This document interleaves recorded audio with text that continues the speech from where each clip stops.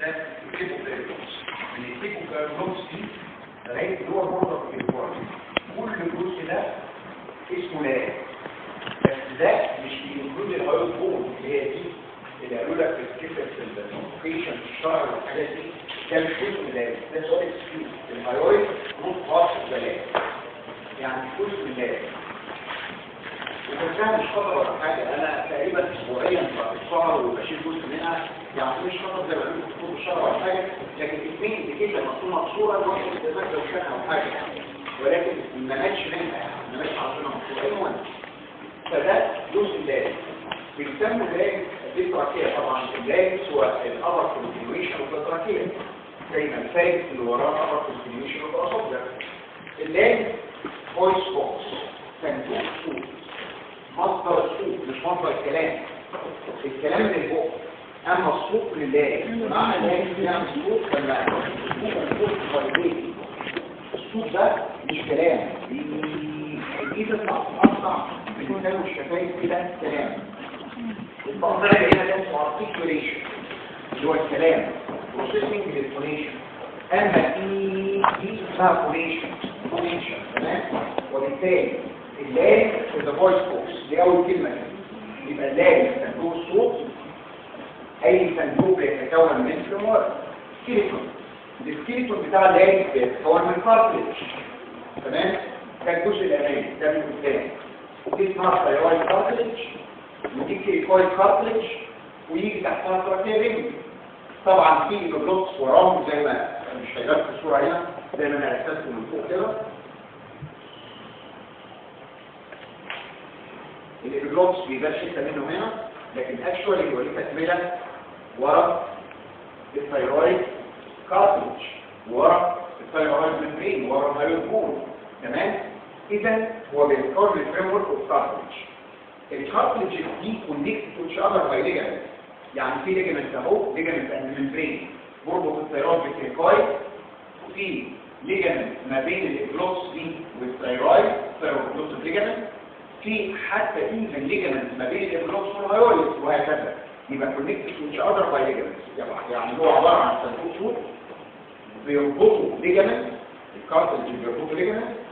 الكارتليج دي ليه ربنا ما خلقهاش تيب واحده، كارتليج واحده، علشان هي كده واحده عشان يتحركوا مع بعض، تمام. وبالتالي بيموت بعض ماسل ولاين من جوه بيموت.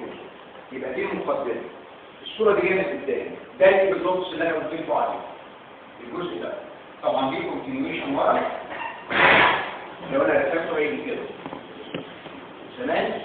يبقى اذا هو عباره عن فويس بوكس بيتكون من كارتليج مربوطه في بعض بليجامنت وممبرين، والكارتليج دي بيتحرك على بعض في ماسل ولاين من جوه الجلوكوزا. انت عندك فكره ان اللاج جزء من الريسبيراتوري سيستم، وبالتالي لاين باي ريسبيراتوري جلوكوزا معاك حته معينه من اللاج ماشيه، تمام.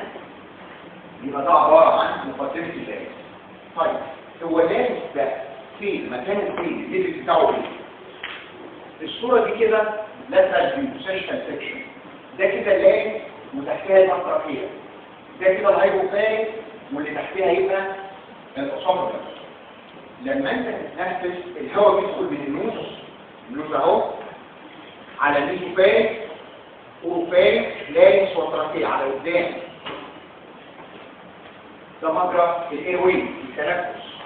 لما انت تاكل هتسمه باللون الاصفر مثلا، لما انت تاكل اللقمه هتدخل جوه الماوس، تمام، وبعدين ينزل على الأوفارينج، تنزله من أبوه على الأوفارينج، قبل ما يوصل للهايبوفارينج اللارينكس يروح طالع قافل على الجلوس اللي هو الثاني المسمار، تقوم اللقمه تتزحلق على ورا.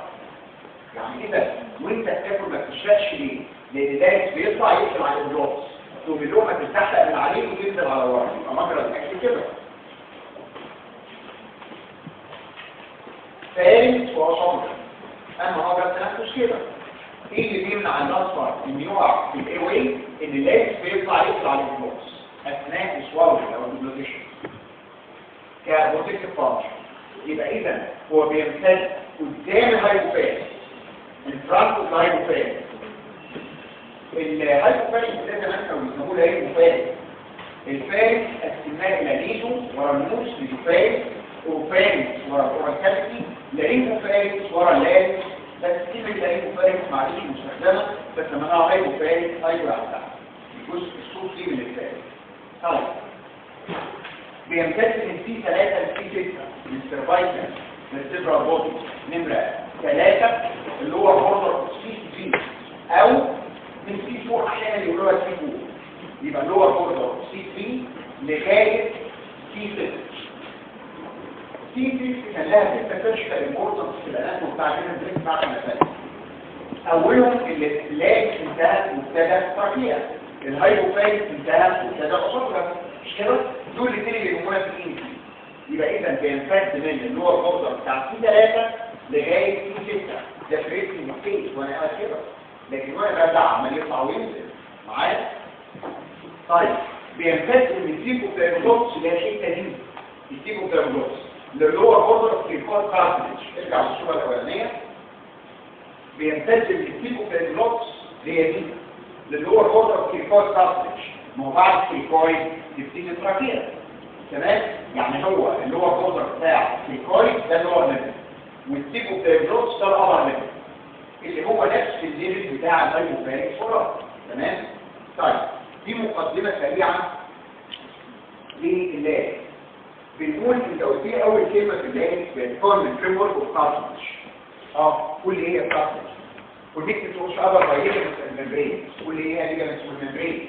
موف باي ماسلز. قول لي ايه الماسلز والنيرف سبلاي، ودي هتبقى اسمها الكورد غالي، تمام؟ مش هنشرحها النهارده وهكذا. يبقى اذا هو مكون من فريم ورك اوف كارتلج. الصورة دي هتجيله الفيو، انت شايف المنظر من قدام. ما رسمناش الهايرويد بون باللون البامبا ده، لان الهايرويد مش جزء من اللاج، المشاره الثاني، تمام؟ الهايرويد بون دي بون، الباقي لاج ده كارتلج. بس الهايرويد بون الحقيقه بيرتبط بها من برين ريليتد للاج، لكن هي مش جزء من اللاج. طيب الكارتلج دي يا دكتور 3 سنجل، 3 موجودين في المترك، و3 بيرد اللي هو ميكرو. الثلاثة سنجل اللي انت شايفهم دول هتشوفوا فيهم دي اسمها ثايرويد كارتلج اللي هي دي كيفويد كارتلج، ودي الابيجلوتس. الابيجلوتس اصلا ملزوقه فيهم على فكره، يعني لها اكستنشن من ورا كده، تمام؟ ده الابيجلوتس. كل واحده من دول بتشبهها تشبيه، كل كارتلج بتشبهها تشبيه. يعني مثلا الثايرويد شبهناها بالكتاب المفتوح اوبن بوك، الكريفايد سيجنتين خاسي، الابيجلوتس ليه فلاي ورقه شجره ليه فلاي، تمام؟ يبقى 3 سنجل. ال3 دول مش موجودين في المنظر ده، مش باينين. لما اقلب اللاج على ورا بوستيريور فيو، ده بوستيريور فيو، ده انتيريور فيو. دي الصوره اللي عندك في الكتاب. الانتيريور فيو ده مبين لي الابيجلوتس من فوق اهو، ثايرويد كارتلج، كريكويد كارتلج، وبعدين تركيا رينج. لما اقلب اللاج واشوفه من ورا تلاقي الثايرويد مفتوحه من ورا، دي ايه ودي ايه، كتاب مفتوح، تمام؟ من قدام كعب الكتاب اهو، بمعنى هو عامل كده بالظبط الثايرويد اهي.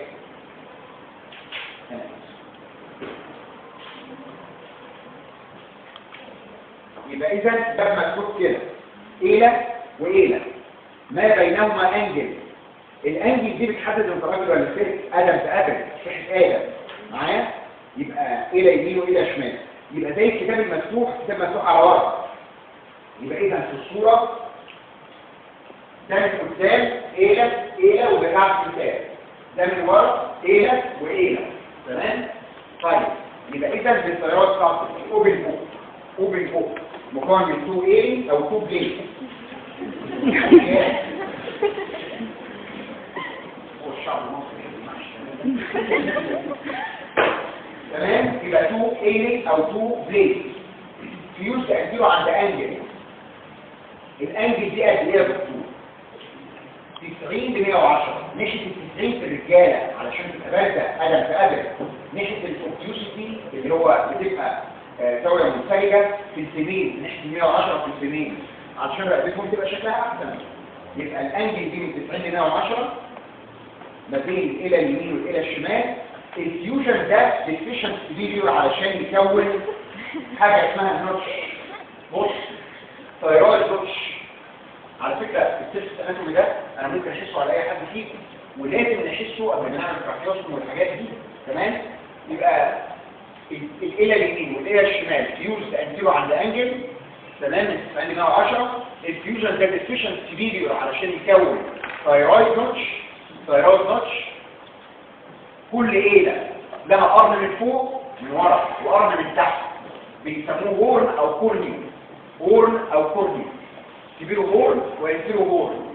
الكبيره هورن علشان يبقى اتاتش للثايرويد هورن ثايرويد ليجامنت، والانفيريور هورن ده علشان يكونكت مع الكيفويد بالكريكو ثايرويد جوينت اند ليجامنت.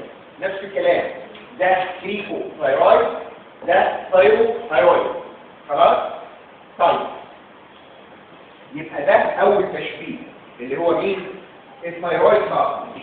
يبقى الثايرويد كارتلج رايت اند اوبن بوك فيوز بيقدروا على الانجل الفيوجن ديفيشنت فيديو علشان يكون الثايرويد نوتش. كل ايه اللي ورا لها زيرو هورن وانتيرو هورن. تمام؟ دي الثايرويد. طيب الثايرويد على فكره كل ده الاستيك كارتلج، هايلاين كارتلج، كله هايلاين كارتلج ما عدا الابيجلوتس لينو الاستيك كارتلج. بمعنى قالوا لك في الطب الشرعي ان الثايرويد كارتلج والكيفويد كارتلج يستطيعوا اوسيفيكيشن بعد سن ال 40 لانهم هايلاين كارتلج. اما الابيجلوتس ما يحصلهاش اوسيفيكيشن لان ده لينو الاستيك كارتلج لازم تبقى طريه عشان تقفل وتفتح مع اللقمه، ما ينفعش معاك. يبقى الابيجلوتس لينو الاستيك كارتلج، اما الثايرويد والكيفويد هايلاين كارتلج. طيب ده بالنسبه للثايرويد كارتلج وعملنا ديسكريبشن الاناتومي بتاعها. الكيفويد اذا كانت الثايرويد كارتلج اوبن بوك مفتوح على ورا، فالكيفويد سيجمنتين خاتم. الكيفويد هي اهم كارتلج في الايروي. الكيفويد هي اهم كارتلج في الريسبيراتوري سيستم. الكيفويد هي الكونلي كومبليت رينج في الريسبيراتوري سيستم. بمعنى ليه دي لو كسرت يا جماعه حصل ليه دي تخرج ليه؟ اما الهايرويد ده بص شوف زي حدوة الحصان انكمبليت من ورا، اما دي كومبليت رينج. الكيفويد دي كومبليت رينج سيجمنت رينج. لما اجي اشوفها من فوق، يعني انا لو قطعت رقبه واحد كده ترانسفير سيكشن وببص من فوق الاقيها كده شكلها عامل كده.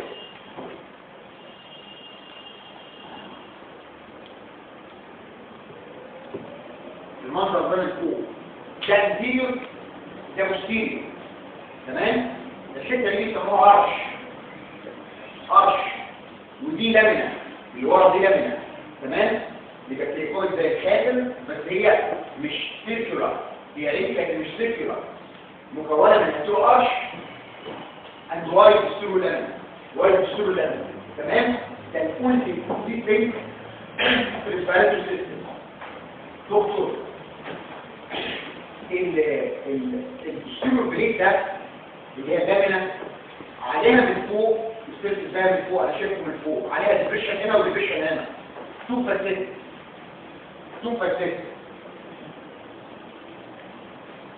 تمام؟ هنا يوجد الكترود كارتلج وهنا الكترود كارتلج. طب وريني الكترود كارتلج من الجنب، احتمال من الجنب هتبقى كده دي من الجنب. طبعا هي رينج ولكن انا شايفها مثلا فيو، فهلاقي الفاسيت هنا واتاتش بيها الكترود كارتلج، الكترود يمين والكترود شمال. تعالى نكتب صورة الكيفويد دي هنا. دي الكيفويد من ورا، يبقى دي اللامينا. ركزت اللامينا. تمام؟ ودي فاسيت اهو وفاسيت اهو، ودي الالكينويد والالكينويد. يعني اذا في ما بين الكيفويد والالكينويد كريكو الكينويد جوينت. على اللامينا من ورا. نسيت اقول لك على حاجه. الثايرويد كارتلج لما تيجي تشوفها كده هي رايت اوبن بوك، ده الثايرويد الاولانيه. لما تيجي تلفها من ورا هتلاقي الميد بوينت بتاع السيستم السيرو سيستم الثايرويد انجل طالع منه سيكو زي الروبس اللي هي دي ورقه الشجره، هنسميها اسم كمان شويه. تمام؟ يبقى اذا الروبس طالعه من الميد بوينت. طيب دكتور، الالكترون اليمين والالكترون الشمال بينارتيكيوليت مع الكيريكويد مع اللامينا والكيريكويد بيكتبوا الكترون. خلي بالك دول اللي هيحركوا الفوكال كورد بعد كده. طيب يبقى انت شبكت لي الثايرويد وهو بالهوك اهي مفتوح من ورا، شبكت لي الكيريكويد وفكت البين. تمام؟ الابيجلوتس بقى زي ورقه الشجره ليه فلاي هيرو الاستيك كارتج. البيتيول اللي هي التبدي دي البيتيول اللي هو الفار بتاع ورقه الشجره، البيتيول اوف ذا ايبيجلوتس طبعا من الميد بوينت اوف ذا سيرو ثايرويد انجل. البيتيول اوف ذا ايبيجلوتس طبعا من الميد بوينت اوف ذا سيرو ثايرويد انجل. على فكره نفس النقطه دي اللي هيطلع منها كمان شويه فوق الفوق دي وشمال، بس جاست تحت الفيديو. يعني الفيديو طالع من النقطه دي جاست تحتها على طول يطلع الفوق الفوق اليمين والشمال. تمام؟ طيب يبقى اذا الابيجلوتس دي فلاي يلو الاستيك كارتج. تمام؟ طيب طبعا الفيديو بتاعها طبعا من الميد بوينت اوف ذا سيرو ثايرويد انجل. الابيجلوتس دي اللي هي يلو الاستيك كارتج فيها ديبريشن من الخطأ. الديبريشن فيها اسمها بيك. الديبريشن دي نايم فيها جلاند سيروميشنال جلاند ديسكريت سيروميشنال سكيشن علشان يبقى ليوبريكانت للفوكال كورد وهي بتتحرك يبقى فيه ليوبريكيشن ما يبقاش هارد وفريكشن. تمام؟ ففيها بيكس. البيكس دي يا دكتور دي المكسدين، يعني انت بتقولها لي ليه؟ بقولها لك علشان لو في كانسر في المنطقه دي هنسميها على كده سوبرا جلوتيك كانسر في الحته دي. تمام؟ لو الكاس لقدام هيدخل في البيت يخرج الابيجلوتس ورايح قدام الابيجلوتس دي الابيجلوتس. تمام؟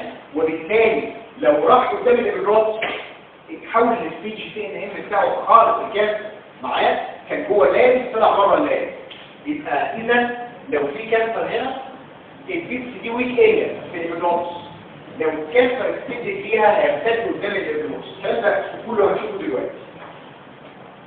مثلا دي الثايرويد كارتلج زي الاوبن بوك. تمام؟ ودي الانجل من ورا ودي النوتش، ده الابر بور وده اللور بور. النقطه دي هيطلع منها الابيجلوتس والنقطه اللي هي يمين وشمال يعني. والنقطه دي يمين وشمال هيطلع منها الفوكال كورد. ده الثايرويد. دي الكيريكويد للجنب، ده الارش ودي اللامينا اريتينويد واريتينويد وده تريكو اريتينويد جوينت. دي الكيريكويد بس ده بسترو فيو معاك، ده الارش ودي اللامينا فاسيت وفاسيت. تركب هنا اريتينويد وهنا اريتينويد. ده الابيجلوتس ليه سلايد. تمام؟ الفيكتور بتاعها طبعا من الميد بوينت اوف ذا سيرفيس ثايرويد انجل. ارسم هتطلع كده اهو. تمام؟ ماشي؟ ودي الفيكس اللي لما الكانسر يدخلها يمتد قدام الابيجلوتس للبري ابيجلوتس سبيس. طيب يبقى احنا شرحنا الثلاثه فينجر كارتلج. المنظر ده انترو فيو ثايرويد كيريكويد ابيجلوتس. الابيجلوتس طالعه من هنا. تمام؟ ده لاترال فيو ثايرويد كيريكويد التراكيه وده الابيجلوتس. الابيجلوتس طالعه من هنا. ده لاترال فيو طالعه من الميد بوينت اوف ذا سيرفيس ثايرويد انجل اللي هي النقطه اللي جاست تحتها هيطلع الفوكال كورد كمان شويه كده. تمام؟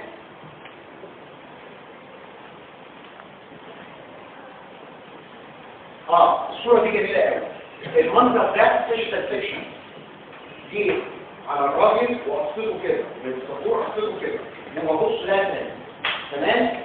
فالايد الثايرويد الى هنا ودي الانجل خلي بالك كان في الى ناحيتها انا شفتها يعني هي الثايرويد كانت كده. انا بصيت وشلت الايه دي علشان افتح اللاب، فدي ايه من جوه، الايه اللي ناحيتك دي شلتها، ودي الانجل.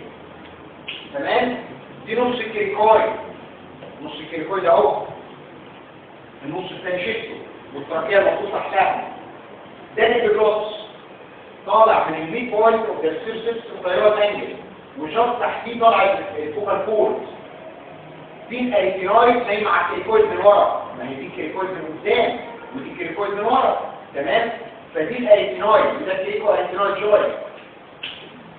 لما يبقى في كانسر هنا هتسميه سوبرا جلوتيك كانسر، مش مهم كده سوبرا جلوتيك دلوقتي، يمتد من الخروم اللي في الابيجلوتس من البيت، الديبريشن اللي في الابيجلوتس للابيجلوتس سبيس.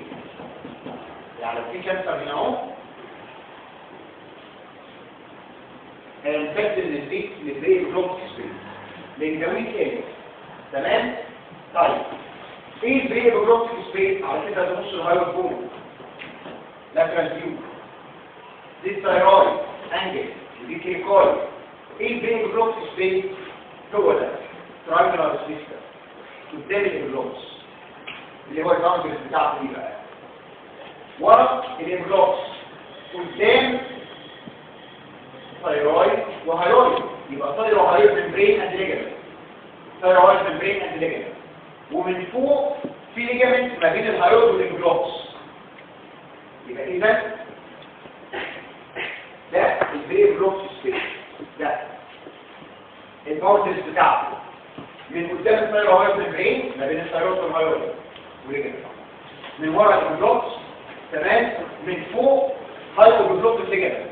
ما ينفعش يا جماعه الابيجلوتس يبقى واقف كده وخلاص، ممكن يقع ويسيب الايروي. لا، ربنا خلق له ليجمنت ما بين الابيجلوتس والهايرويد علشان ما يقعش ويسيب الايروي. تمام؟ هايو ابيجلوتيك ليجمنت. الابيجلوتيك سبيس ده فيه ايه؟ فيه فات قد الفويد تيشو.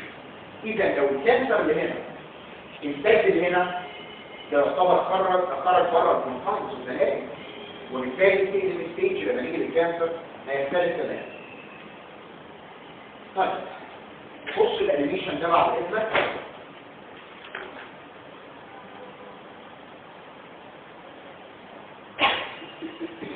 دي كده التراكيه، دي الكريكويد، دي الثايرويد، وده الانجل بتاع الثايرويد، وده النوتش، دي ايله واللي هناك ايله، وده الابيجلوتس. المنظر ده كده لاترال فيو، خليك مركز. ده بوستيريور فيو، ده ورا. دي التراكيه، طبعا التراكيه انكمبليت رينج من ورا. دي كريكويد دايما، ودي اريتينويد وده اريتينويد، وده كريكو اريتينويد جوينت. دي الثايرويد ايله والثايرويد ايله، ده السيبيروكورنيوم وده الانفيروكورنيوم، وده الابيجلوتس. فهمت الصوره دي ازاي؟ تمام؟ ودي النوتش من قدام، وده الانجل، دي التراكيه. تمام؟ ينزل لها الكريكويد ويرتبطوا ببعض بالكريكو تراكيه ليجمنت. كريكو تراكيه مفيش ممبرين، ليجمنت علشان يبقى سترونج كونكشن. كريكو تراكيه ليجمنت يبقى ده الكريكويد ودي التراكيه. ينزل لهم الاريتينويد يمين وشمال، تركب على اللامينا اوف كريكويد ويبقى اسمه كريكو اريتينويد جوينت. على فكره ده فوكال بروس، ده الاريتينويد اللي هيتاتش للفوكال كورد. ينزل لهم الثايرويد وبعدين الابيجلوتس. ده مبدئيا السنجل كارتريج. احنا لسه ما شرحناش الاريتينويد، انا شرحها دلوقتي. الاريتينويد فهمنا المنظر ده جاي ازاي. بصوا فيه، دي التراكيه من ورا، دي كريكويد ده من ورا. تمام؟ ده الثايرويد كارتريج من ورا، الايله والايله. دي الاريتينويد نايمه على اللامينا كريكويد، وده الابيجلوتس. تمام؟ كل كارتريج من بتوع اللارينكس بنشبهها تشبيه. يبقى احنا شبهنا الثايرويد باوبن بوك، شبهنا الكريكويد سيجنتنج، شبهنا الابيجلوتس بورقه الشجره دي طبعا. هنشبه الاريتينويد بالهرم. انا مش عارف ليه هي شبه القاع، عامله زي القاع كده وهي قاعده على الكريكويد من ورا معاه، ولكن بيسموها بيراميدال شيب. ليه؟ لان لها ايبكس ولها بيت، عامله زي الهرم بيراميدال شيب، وان كان الايبكس راجعه لورا. تمام؟ يبقى هي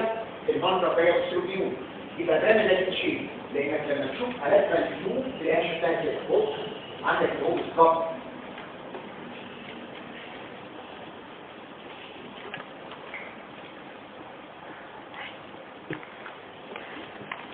اللي هو بالظبط بيراميد شكل الهرم، نايمه هنا على الكريكويد، نايمه هنا على الكريكويد، يبقى بيراميد الانشيل.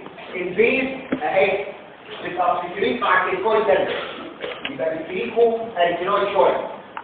الايبكس بص على فوق، على فكره الايبكس دي بتارتكيوليت مع كارتلج صغيره ثانيه، تمام؟ هنسميها كورنيكيوليت. في زلطه صغيره كده فوقيها هنا اهو، هنا اهو يمين وشمال، اسمها كورنيكيوليت. كورنيكيوليت يبقى بتارتكيوليت مع الارتينويد، معاه لها بوكال بروسس من قدام. يعني لو انت عايز ترسم علشان تبقى باينه قوي روح رسمها لي كده، بيرسموها كده بالظبط قطع على قدام، هي كده. ده البوكال بروسس، ده البوكال بروسس، تمام؟ يبقى لها بوكال بروسس بيبص على قدام، فورتاتش من البوكال بروسس. طبعا البوكال بروسس مش باين هنا لان ده بصور فيو، البوكال بروسس قدام، ده كده لاترال فيو، ده كده بصور فيو. البوكال بروسس بيأتاتش ليه البوكال كود، يبقى احنا كده قلنا الاتاتشمنت بتاع البوكال كود من قدام طلع من الميد بوينت اوف ذا سيرفيس ثايرويد انجل تحت الفيجر اوف ذا جلوس، ومن ورا اتاتش للبوكال بروسس بتاع الارتينويد عامله كده. ده البوكال كود ده مبدئيا لغايه ما ناخده دي الانجل بتاع الثايرويد، هنا الكليفويد، هنا الارتينويد، البوكال كود ده هو ده البوكال كود. اتاتشمنت للسيرفيس ثايرويد انجل من قدام، اتاتش للبوكال بروسس بتاع الارتينويد من ورا، وهنا بالظبط طالع الجلوس من الانجل اوف ثايرويد، تمام كده؟ طيب انت قلت لي لها بوكال بروسس من قدام اهو للارتينويد، ولها ماسكولار بروسس لاترال اللي هو ده هنا لاترال اهو، ده باين اهو ماسكولار بروسس for attachment of laryngeal muscle. لما نيجي البوكال كورد بالانس هنشرحها الاثنين، ده سؤال الراوند اللي فات بوكال كورد بالانس، تمام؟ يبقى اذا ده الماسكولار بروسس بيبص لاترال for attachment of muscle. يبقى اذا فين الارتينويد بيراميدال ان شيب، هرميه في الشكل، لها بيز بيبص على تحت وبيارتكيوليت مع الكريكويد، كريكويد شويه، لها ايبكس بيبص على فوق بيارتكيوليت مع كارتلج صغيره قوي اسمها كورنيكيوليت. كورنيكيوليت المفروض تلبسها في الحته دي كده، ضغطه هنا وضغطه هنا، تمام؟ لها بوكال بروسس بيبص على قدام فور اتاتشمنت بوكال كورد، لها ماسكولار بروسس المفروض هنا اهو لاترال اللي هو ده الارتينويد. دكتور الصوره دي برضه جميله قوي، ده انتيريور فيو، ركز معايا، دي مين؟ ثايرويد، ودي نوتش، ودي الانجل، دي مين؟ كريكويد. على فكره ما بين الكريكويد والثايرويد كريكو ثايرويد من درين افليجا، الحته دي اللي انت بتفتح فيها في الامرجنسي اللي هو بيسموها لارينجوسكومي او كريكو ثايرويدوتومي، اللي منكم شاف فيلم الاناكوندا او فاكره بتاع التعبان بتاع ما فتحوا الراجل على المركب هنا، هي دي اللي بتتعمل في الامرجنسي يا جماعه. شرحوكم خطا في الطب الشرعي تراكيشن في الشارع ده، الدكتور الطب الشرعي ده لا عمره عمل تراكيشن ولا شافها، تراكيشن ده عمليه محترمه ما يتعملش في الشارع ابدا. تراكيشن لا تراكيه ازاي يعني تفتح تراكيه في الشارع؟ لا اللي اتعمل في الشارع انا ممكن اعملها لاي حد فيه حتى بطري، تمام؟ دي في الامرجنسي. اما دي لا، دي محتاجه برضه عمليات والات وهكذا. ده الامرجنسي اللي هو كريكو ثايرويد ممبرين، تمام؟ دي الهايرويد بول، وده الثايرويد ممبرين اندريجا، والنص يدخن وفي اللاترال يدخن يبقى ليجا، وما بينهما ممبرين. ده كريكو بلايبلوكس باين، لا تكمله هنا. ده بوستيرو فيو، التراكيه رينج كومبليت من ورا هنا، دي كريكويد ده من ورا، دي الاريترويد اليمين والاريترويد الشمال، تمام؟ ده الابيجلوتس، ودي الثايرويد كده من ورا والثايرويد كده من ورا، دي الاريترويد ودي الاريترويد. امال مين الزرقاء يمين وشمال دي؟ كورنيكيوليت. كورنيكيوليت بتارتكيوليت مع الايبكس اوف ذا اريترويد، الايبكس اوف ذا اريترويد دي كورنيكيوليت كارتلج، هنعرف اهميتها كمان شويه، تمام؟ ده الابيجلوتس، بس انت مش هتسيبولي ورقه شجره لان في ليجامنت، تمام؟ هي المفروض لو بترسمه لوحدها ترسمه كده، بس في ليجامنتس وممبرينز وحاجات. تمام. طيب يبقى يا دكتور ده ليجامنتس من ورا وده ثايرويد ممبرين من ورا ما بين الثايرويد والهايويد. تمام. دكتور انت لما بتتنفس الهواء بيدخل من هنا اهو، هنا اهو، لما تاكل او تشرب من هنا اهو ورق الكويد. على فكره ورق الكويد ده مين هنا؟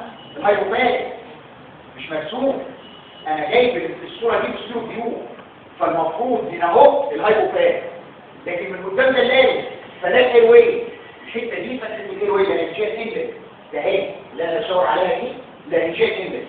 لما الهواء بيدخل من هنا، لما الصوت بيطلع من هنا، اما الميه والاكل ورا. تمام. طيب دكتور انت قلت لي في الاريترويد اليمين والاريترويد الشمال وده الابيجلوتس. اللارنجيال اندكس بقى عباره عن ايه؟ دي الاريترويد ودي الاريترويد وده الابيجلوتس اهو كل ده. فيوجد ليجامنتال ستراكشر ما بين الاريترويد يمين وشمال والابيجلوتس اهو. اريترويد ابيجلوتيك فولد، ابيجلوتيك فولد. معايا ولاد ولا لا؟ يبقى ابيجلوتيك فولد يمين وشمال حددوا لي اللاترال باوندري اوف ذا اير واي. امال انت فاكر هيبقى حاجه صوت تشو كده خفيفه تيجي تاخد نفس يروح كولابس؟ ده قويه ليجامنتال ستراكشر بيسموها فولد، وكلمه فولد وعليها ميكوزا. تمام. يبقى ده الاريترويد فولد اليمين وده الاريترويد فولد الشمال. من اريترويد ابيجلوتيك من ابيجلوتس. طب استنى عليا، انت لاحظ حاجه ان الاريترويد فولد ده عليه ضغطه من ورا كورنيكيوليت الارتريت مع الريس اوف ذا اريترويد ده، وعليه كارتريدج في النص ضغطه ثانيه اهي اسمها كيونيفورم كارتريدج. دي اخر كارتريدج في اللاب. يبقى كورنيكيوليت على الريس اوف ذا اريترويد وكيونيفورم في الاريترويد فولد السيلف. الله. طب انا هفكرك في حاجه.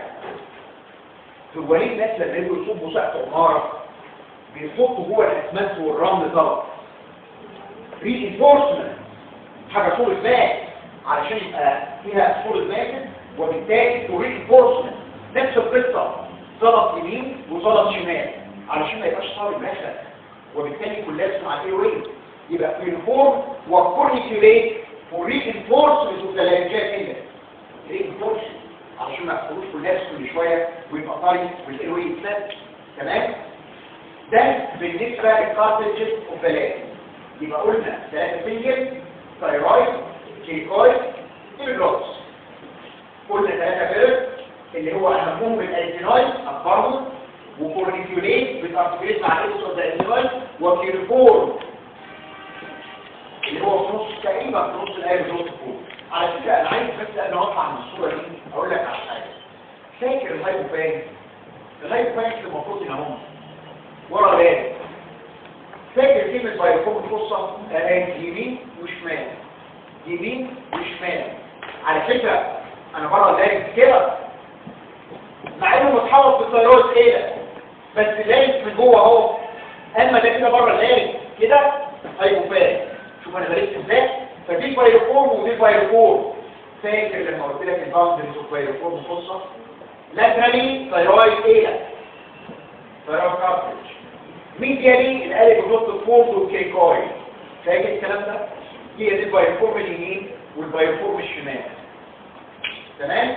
ودي المنطقه اللي من ورا اللي بيسموها البوست كيكويد. ده في الهايبوفاج. قال لك من الليفل اوف ذا اريترويد اللي هو البوردر كيكويد، كل دي من ورا اسمها بوست كيكويد لو انت فاكر الهايبوفاج. نرجع مع بعض بسرعه. مين دي؟ كيكويد. ومين دي؟ كورنيكيوليت. ومين ده؟ الابيجلوتس. ودي تراكيه. تمام. نلاحظ ان الاريتينويد عن الابيكس بتاعتها كورنيكيوليت وكورنيكيوليت، ودي الفيكتور اوف الابيجلوتس. طبعا من البيج بوينت بيصير سيرس ثايرويد انجل، وده البيك. تمام.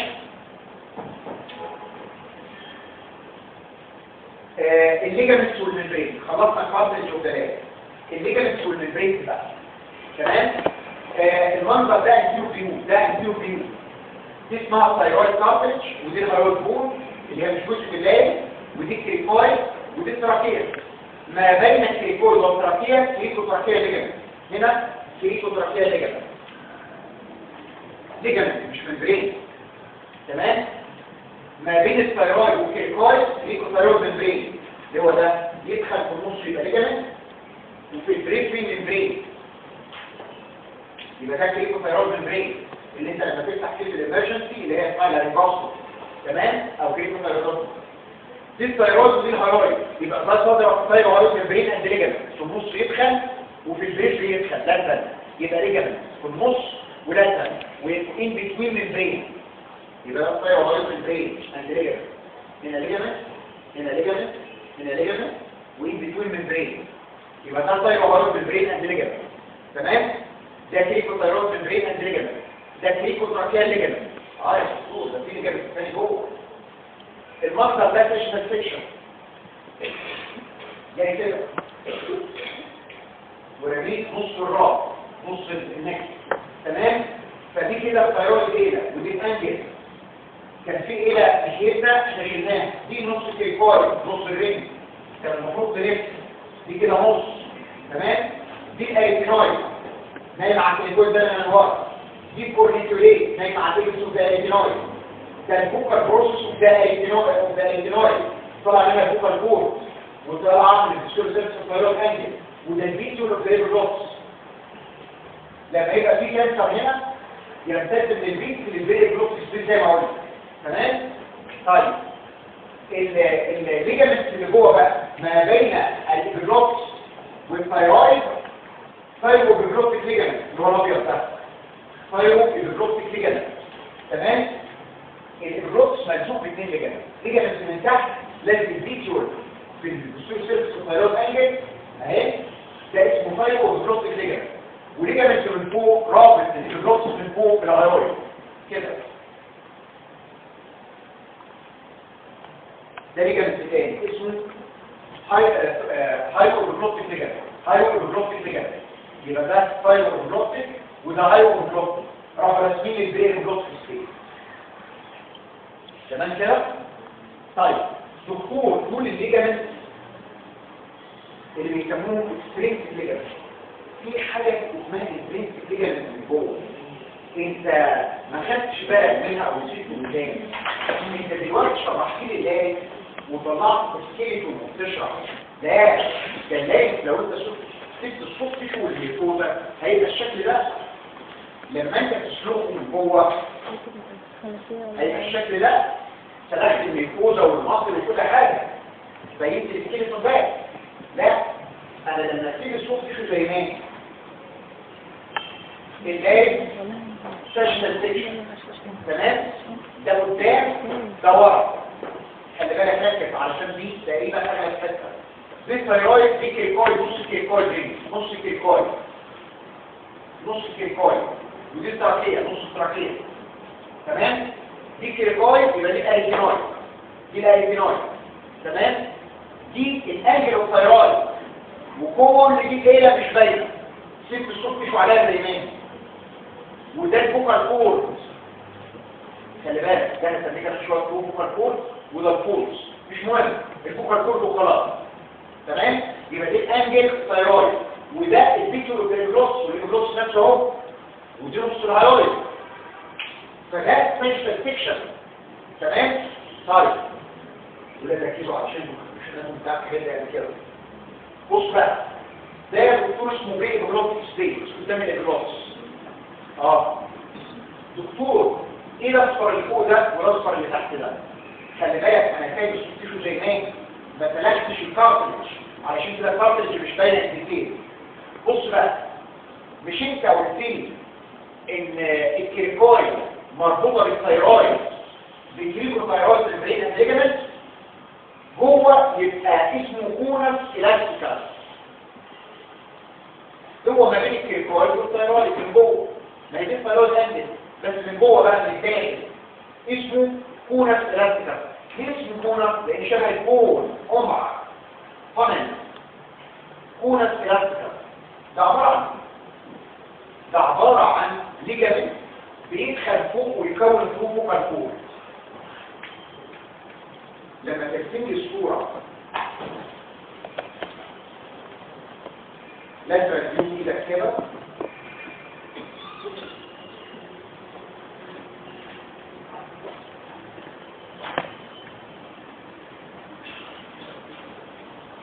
دي كده الطيارات نوتش ده لازم تجيب دي كده كيكوي بتكتب عليها من تحت تمام. هنا الانتينويد ده المفروض كان يجيب الروكس. هنا الفوكال كورد ده فوق وفوقيه جاست فوقيه ده الكورد تمام. انت ناسي حاجه ان هنا ما بين الكيركويد والثيرويد هنا اسمه ايه؟ كيركوثيرويد ممبرين. من جوه يبقى اسمه كونس سيلابسا، من بره يبقى اسمه كيركوثيرويد ممبرين.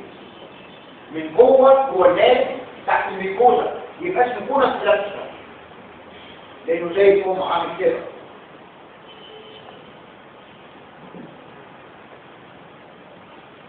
تمام. ده من جوه. من بره يبقى اسمه كيركوثيرويد ممبرين.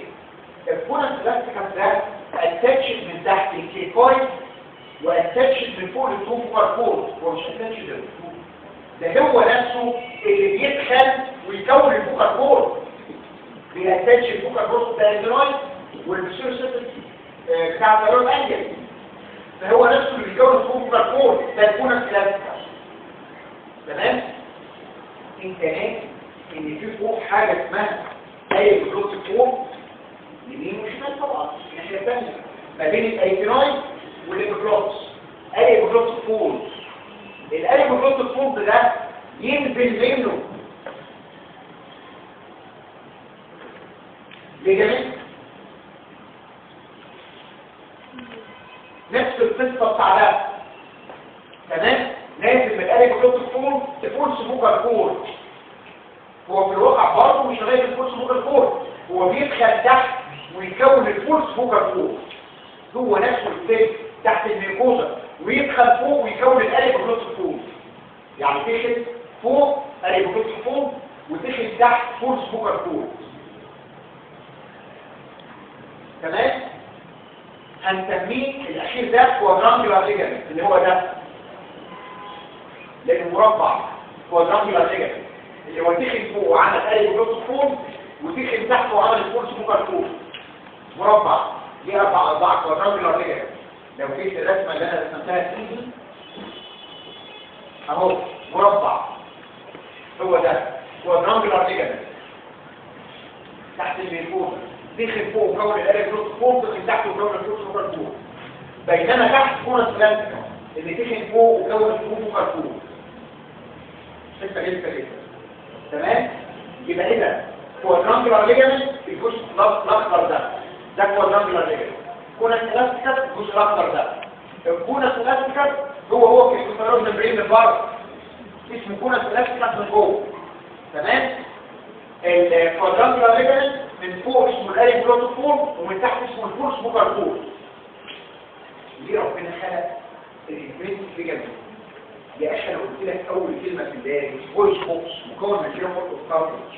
ينفع صندوق خشب يتعمل كده وتظبطه في مسامير وترميه؟ لا، ده مبطن من الداخل بجلد تخين. هو ده الجلد التخين اللي متبطن في الصندوق. ليه؟ علشان لو في كانسر ما ينتجش بسهوله لبره اللازم. لو طفل فانكشن وفي نفس الوقت ماسك الصندوق في بعضه كويس معايا. وبالتالي الانترنسيك ليجامنت ده فور انترنال سبورت وريفنت سبيس كانسر.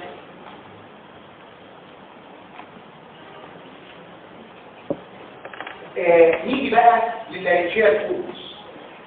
دكتور ارجع للرسمه اللي هي دي اللي انت قلت لي عليها تشتغل كده.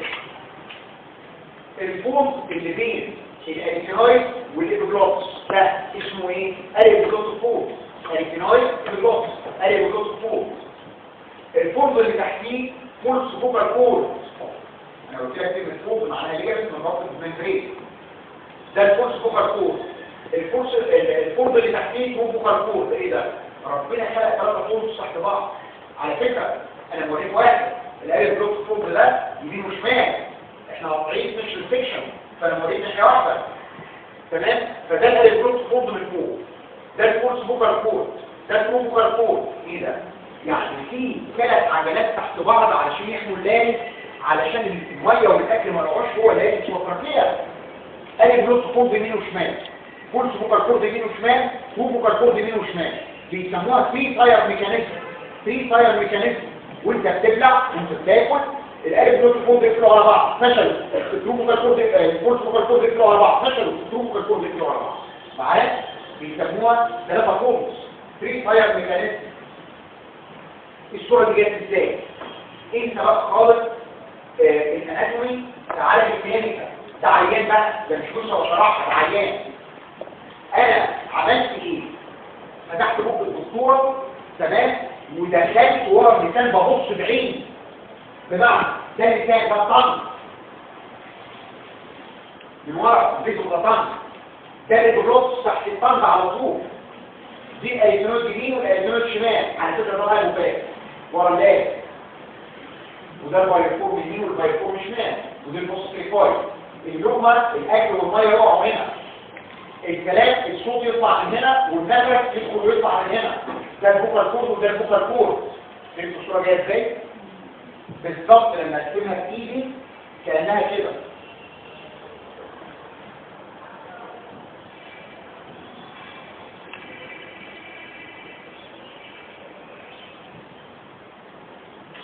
ده البلد، ده الطن، ده اللسان، تمام؟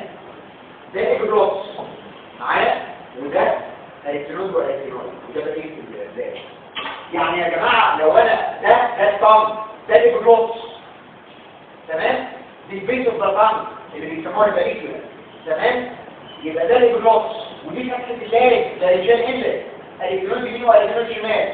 ده الالكترون فوق وده الالكترون فوق، ما بين الالكترون والاجلوس، ما بين الالكترون والاجلوس. يبقى ده فتحه اللارنكس معايا.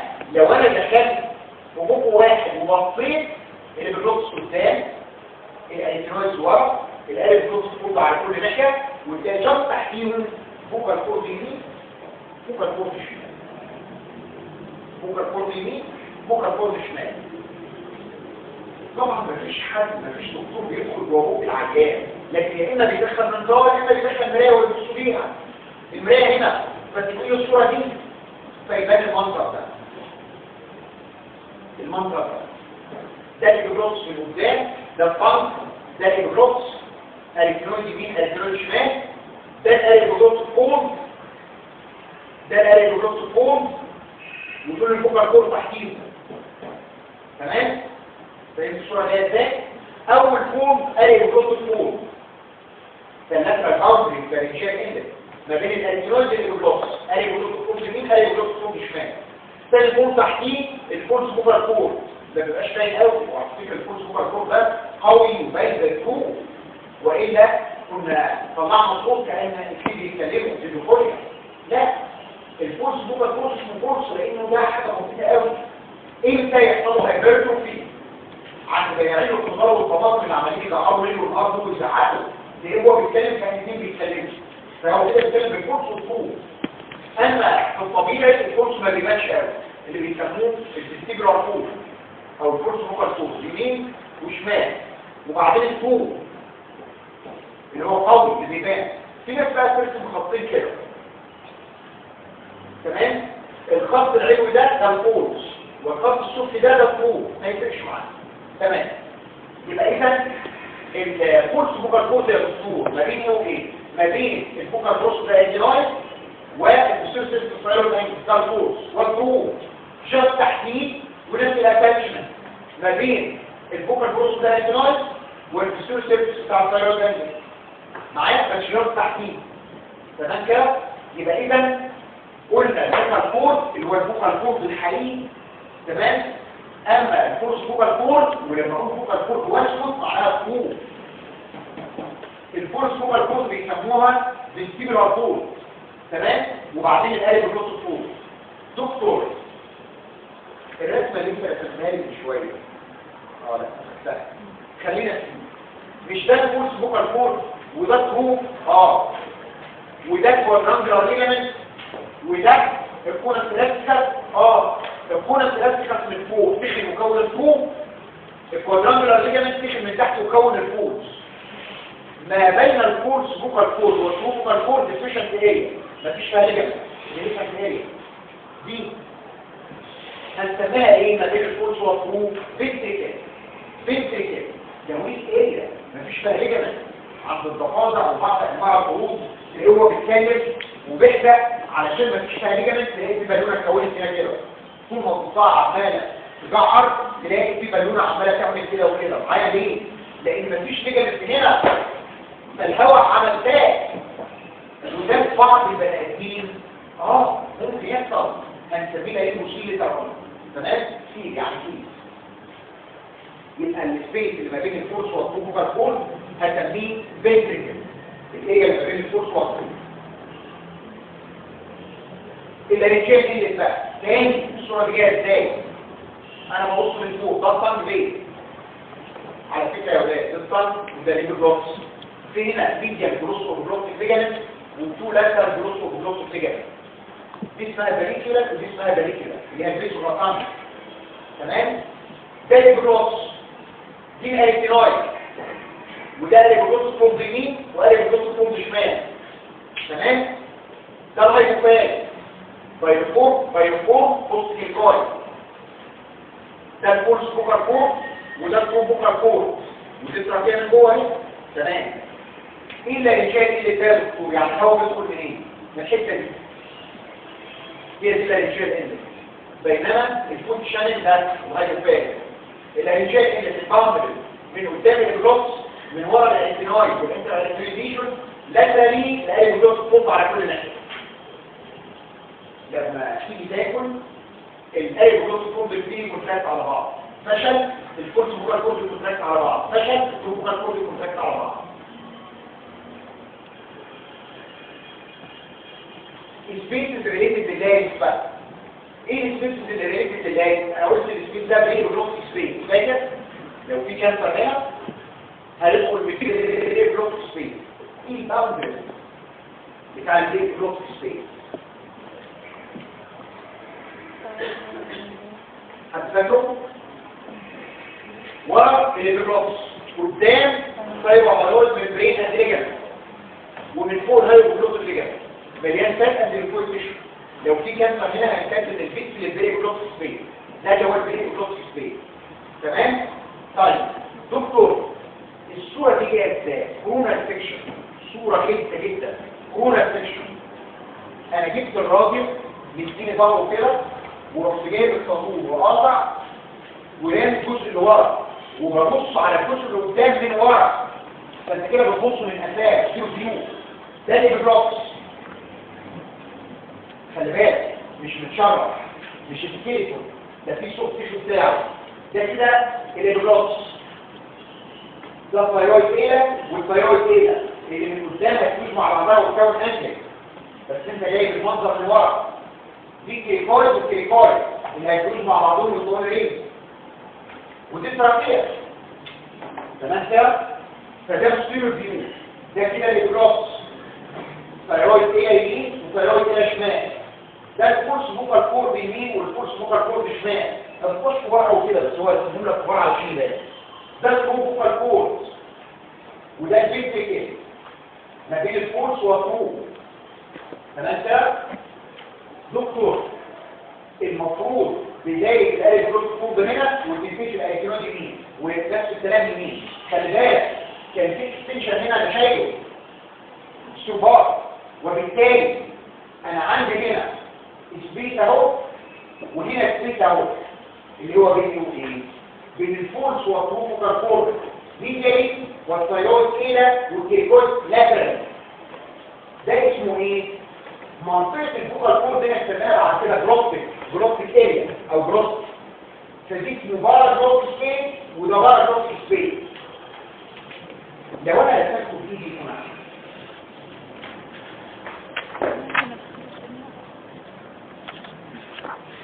انا دلوقتي هرسم اللارنكس والتراكيه. ده اللي بنص اهو من ورا. وطبعا الثايرويد اهي هي بورس شوف هتبان نقطه هنا ونقطه هنا، لكن هي كانت لفه قدام الابراز.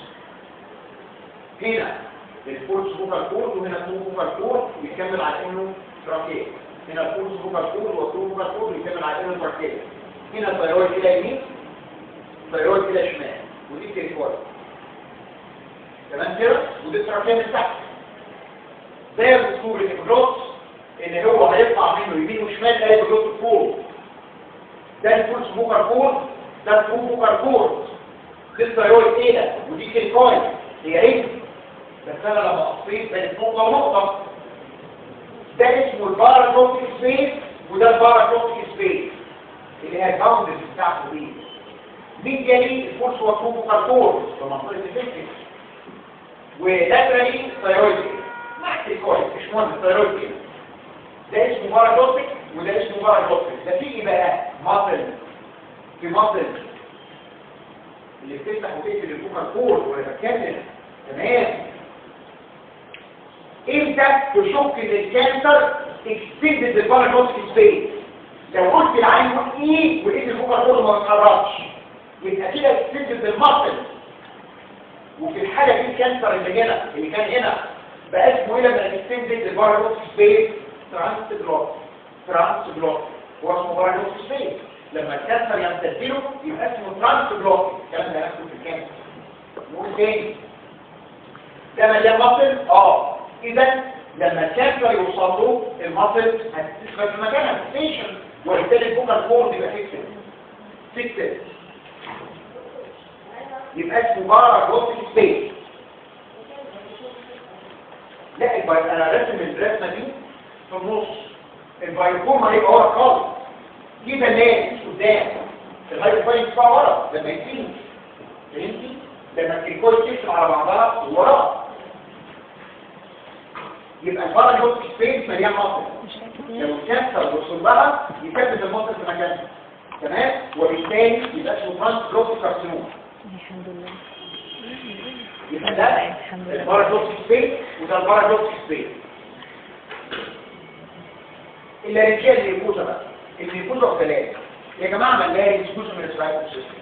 يبقى الميكوزا ثلاثه الريسبيراتوري ميكوزا سورس الفايل كلهم اوكسيليت الكتير والجزء السته انسيرو ميسون الثلاثه. كل لارنج على فكره. ليه؟ انا بدي اسالك سؤال. انت ايدك دي بادرنت سكين من قدام على الفاضي هنا، اما هنا على ظهرها لوز. ينفع بك ان تبقى لوز؟ لا. تيجي تسلم على واحد تزحلق، تيجي تمسك حاجه تزحلق، تيجي تخبط كده لو لوز يحصل ايدينا. ينفع تخبط ايديك؟ لا، لكن ممكن تخبط ايديك لان دي بادرنت. كذلك الفوكال كورد الاثنين يمين وشمال طول ما انت بتتكلم عمالين يخبطوا في بعض. فاذا لازم تبقى زي دي، لازم تبقى زي دي. انا بسقف اهو ما ينفعش اسقف في دي لان الاثنين لوز يحصل فينا. فالفوكال كورد زي دي بس دي كيراتينايز. لو حصل كيراتينايزيشن في الفوكال كورد ده في كانسر. دي نان كيراتينايز. دي دياجرام السيرفايس كوماتيكيا، دي السيرفايس كوماتيكيا كيراتينايز. اما الفوكال كورد نان كيراتينايز السيرفايس كوماتيكيا. يبقى بص بقى هقسمها للنص. الريسبيراتوري ميكوزا اهي. دي كل دي ريسبيراتوري ميكوزا. كل دي ريسبيراتوري ميكوزا. تمام؟ الا الحته دي يا دكتور. دي ودي. نان كيراتينايز السيرفايس كوماتيكيا. دي اجرام. طب ممكن يحصل كاربونايزيشن؟ عند المدخنين وكرونيكيزيشن. يبقى في الحاله دي كانسر. تمام؟ وعلشان كده يا ولاد هي دي اجرام السيرفيس دي اجرام. يعني مفيش سنتاتيك سبيس، يعني مش هيبقى لها جزء درينج واللي رحمه ربنا عليها. انها دي اجرام مفيش سنتاتيك سبيس.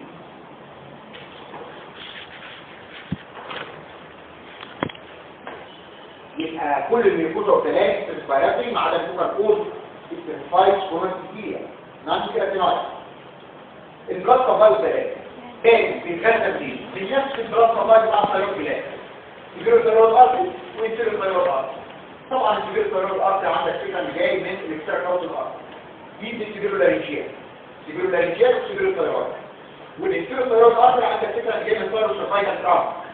تمام؟ دي انفيرو لارنجيال ارتري. الاثنين دول اللي بيهدوا اللارنج. ليه لازم تعرفوا عشان لما تيجي تشيل لارنج في الكانسر لازم تربطه قبل ما تشيل. اللارنجيال كافيتي، الكافيتي والجلال. نراجع الصوره دي مع بعض تاني. الصوره دي مستوى فيو. دي الثايرويد ايه والثايرويد ايه. وده الكيلو هور وده الكيلو هور. ده الكيلو من ورا. دي التراكيه من ورا. ده اللي بيجوبس. دي الهيرويد. كورس فوق. المفروض ده كده. ده الكورس كوكاركول وده كوكاركول. ده الباراجوتيك سبيس وده الباراجوتيك سبيس. معايا؟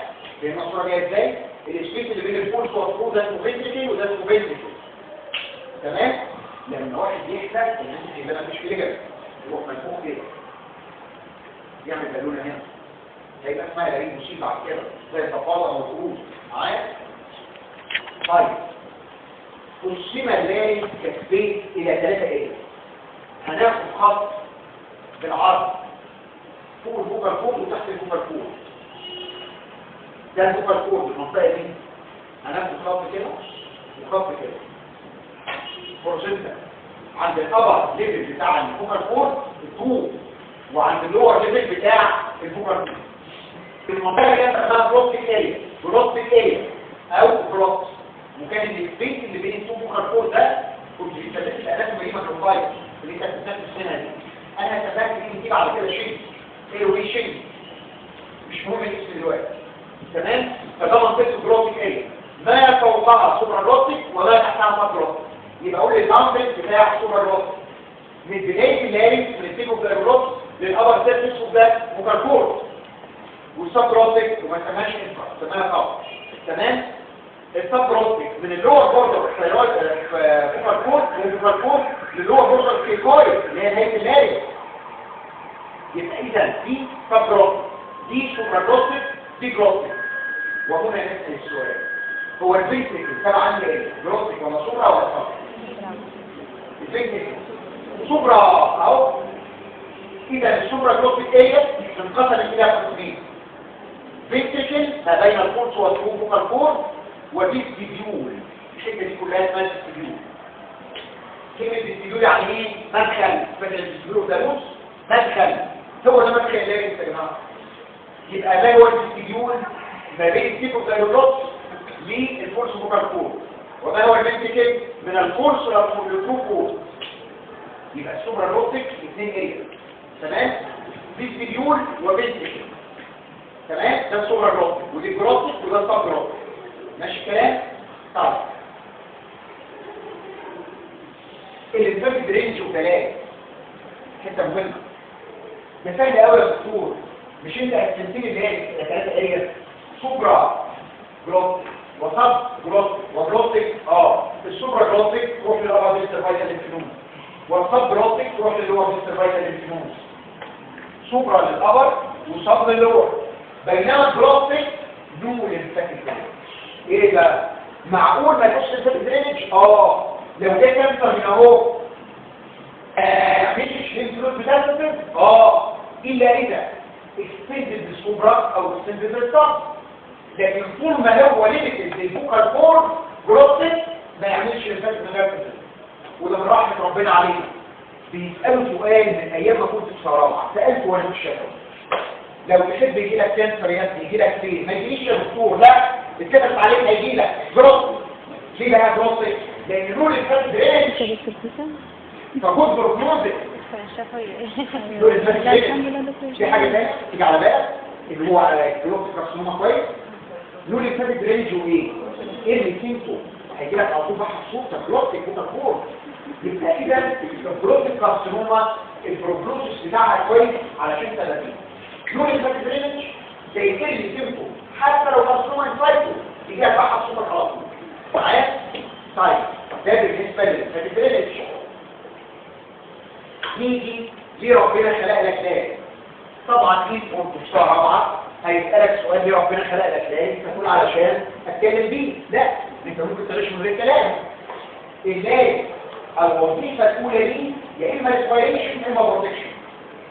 ومعظم الكتب بتكتب بروتكشن نمبر 1. بروتكشن نمبر 1 بروتكت اللنج يا جماعه علشان الميه والسلايفا والاكل ما ينزلوش على التراكيه والبونكاي يجي له اسبريشن نيمونيا، وبالتالي بروتكتيف فانكشن نمبر 1 وممكن ريسبيراتوري فانكشن نمبر 1، بس معظم الكتب بتكتب بروتكتيف فانكشن نمبر 1. يبقى الوظيفه الاولى لانج بروتكشن باللانج، الوظيفه الثانيه ريسبيريشن، الوظيفه الثالثه فونيشن يطلع صوت فونيشن اللي هو ايه والايه بتقطع الشفايف واللسان الى كلام. تمام. الوظيفه الرابعه فيكسيشن للشيست زي ما قلنا كمان شويه. الوظيفه الاولى بروتكشن، وظيفه مهمه جدا. جربت مره وانت بتاكل تشرب غصب عنك اكيد حصل لك هيكسي ازاي؟ وانا باكل شربت حصل كحه وبتاع واللقمه راحت مضروبه من اللاب. ده ايه دي؟ اللقمه او الميه نزلوا في اللاب، فطبعا اول ما نزلوا الميكروزا والتلاقي راح عمل استيميشن للكابريتك عن طريق انهيار الفيجر ينزل اللاب، وبالتالي راح عامل اكسبانشن للقمه. تمام. لو فورم بودي داخل جوه النوز يتطلب بالاسنيزي في العصر، لو فورم بودي داخل جوه اللاب يتطلب بالكف. فيجر هنا فيجر هنا ترايجينيا معايا، ده بروتكتيف فانكشن. طيب يبقى اذا ريفلكس كف، لو اللقمه غلطت ودخلت على اللاب. تمام. ريفلكس اليفيشن عند اللاب دورينج سوالو، جرب ترجع كده اللاب يطلع ويقفل على البلوكس. الرسمه اللي رسمها من شويه لا مش سهله، اللاب لما يطلع يقفل على البلوكس. تمام. البلوكس فوق كيلو بلاستيك وبالتالي يقفل على البلوكس، وانا برجع اللاب طلع قفل على البلوكس. ده اليفيشن دورينج سوالو لو ما طلعش قشر. تمام. ريفلكس الانهبيشن والريسبيريشن دورينج سوالو، وانت بتشرب او بتاكل اللقمه اول ما توصل للجلوتس والاي جلوت فوق على طول يبعت ريفلكس للريسبيراتوري سنتر ما تتنفسش دلوقتي علشان الهواء هو داخل ما يدخلش مع ميه واكل. يبقى ريفلكس انهبيشن والريسبيريشن دورينج سوالو، وانا ببلع مفيش ريسبيريشن. واقوى حاجه ريفلكس كلوجر، يعني 4 ريفلكس كلوجر سلام دورينج سوالو بالثري فاير ميكانيزم. قول معايا كده، كان اول فاير مين؟ اول عجله قالب الجلوت فوق، ثاني عجله فورس، ثالث عجله فوق. معايا 3 فاير ميكانيزم. ربنا خلق لك 4 بروتكتيف فانكشن لللنج علشان الهواء ما يقع، الميه والاكل ما يقعوش مع الهواء على اللنج. تعالى شوف الريفلكس كام كده، شوف قوتها قد ايه. حاجه قويه جدا يا جماعه، يعني مش نسمع الصوت.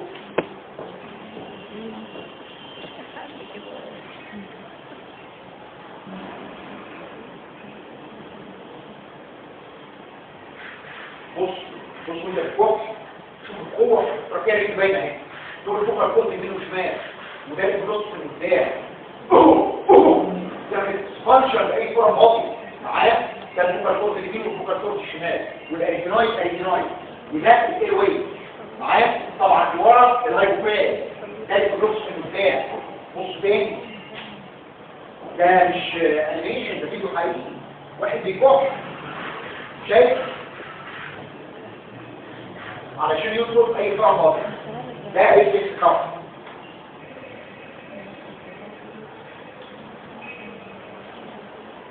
طيب يبقى بروتكتيف فانكشن نمبر 1 ريسبيراتوري فانكشن. التنفس مين طبعا ده جزء ريسبيراتوري سيستم، بس البروتكشن اهم لان انا ممكن اعمل ترانسفير مره ثانيه. تمام. البروتكشن اهم. بيقول during respiration لازم الفوكال كورد يبقى فولي ابدكتد. فولي ابدكتد الفوكال كورد يبقى على الاخر علشان يوصل ايه ويشين يوصل السيت ده، وبالتالي تبقى فولي ابدكتد. سأل سؤال مره في الشفوي قال له ايه؟ هو الفوكال كورد during ريست شكلها ايه؟ افضل during ريست وانت قاعده دلوقتي افضل، امال during الانسبيريشن فولي ابدكتد. هتعرف يعني ايه ابدكتد وفولي ابدكتد لما نيجي للفوكال كورد بلد لا بوزيشن. ابدكتد تقعد عن بعض شويه، فولي ابدكتد لا ده السبيس اللي بينهم هيكون 15 مللي. تمام. يبقى اذا during respiration الفوكال كورد يفتحوا. على فكره الفوكال كورد واللاي عاملين زي الباب، يفتح الهواء يقفل مع الميه والاكل. تمام؟ يبقى اذا بيبقى فولي ابدكتد during الانسبيريشن. during الفونيشن بقى ما هو فوناتوري فانكشن. during الفونيشن لازم الفوكال كورد يبقوا ابدكتد قاسمين على بعض كلوز. ليه؟ الفوكال كورد لما يقفلوا على بعض انت بتتكلم during الانسبيريشن ولا الاكسبيريشن؟ الاكسبيريشن وانت بتتكلم على جوه بتتكلم على بره الاكسبيريشن معايا. وبالتالي الاكسبير ده يطلع من التراكيب يلاقي الفوكال كورد مقفولين يقوم يلبسوهم بالعافيه.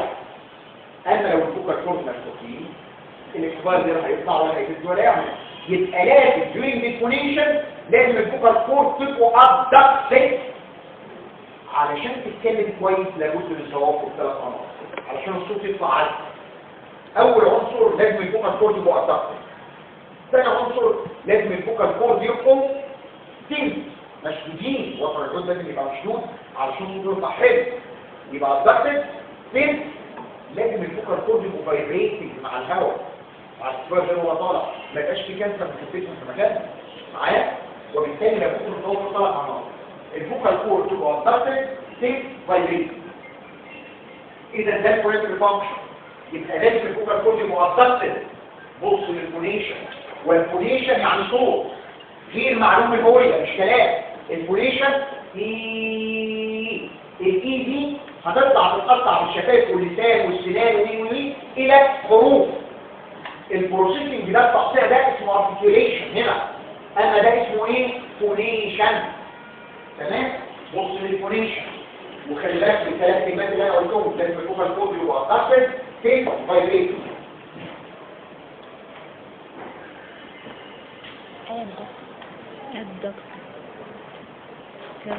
لكن بص الفوكال كورد ابدكتد تيم فايبريتنج. خد بالك لازم على السؤال ده علشان يتكتب تاني. شايف الفوكال كورد ابدكتد وتيم وفايبريتنج معايا. هو ده يا ولاد الميكانيزم اوبريشن.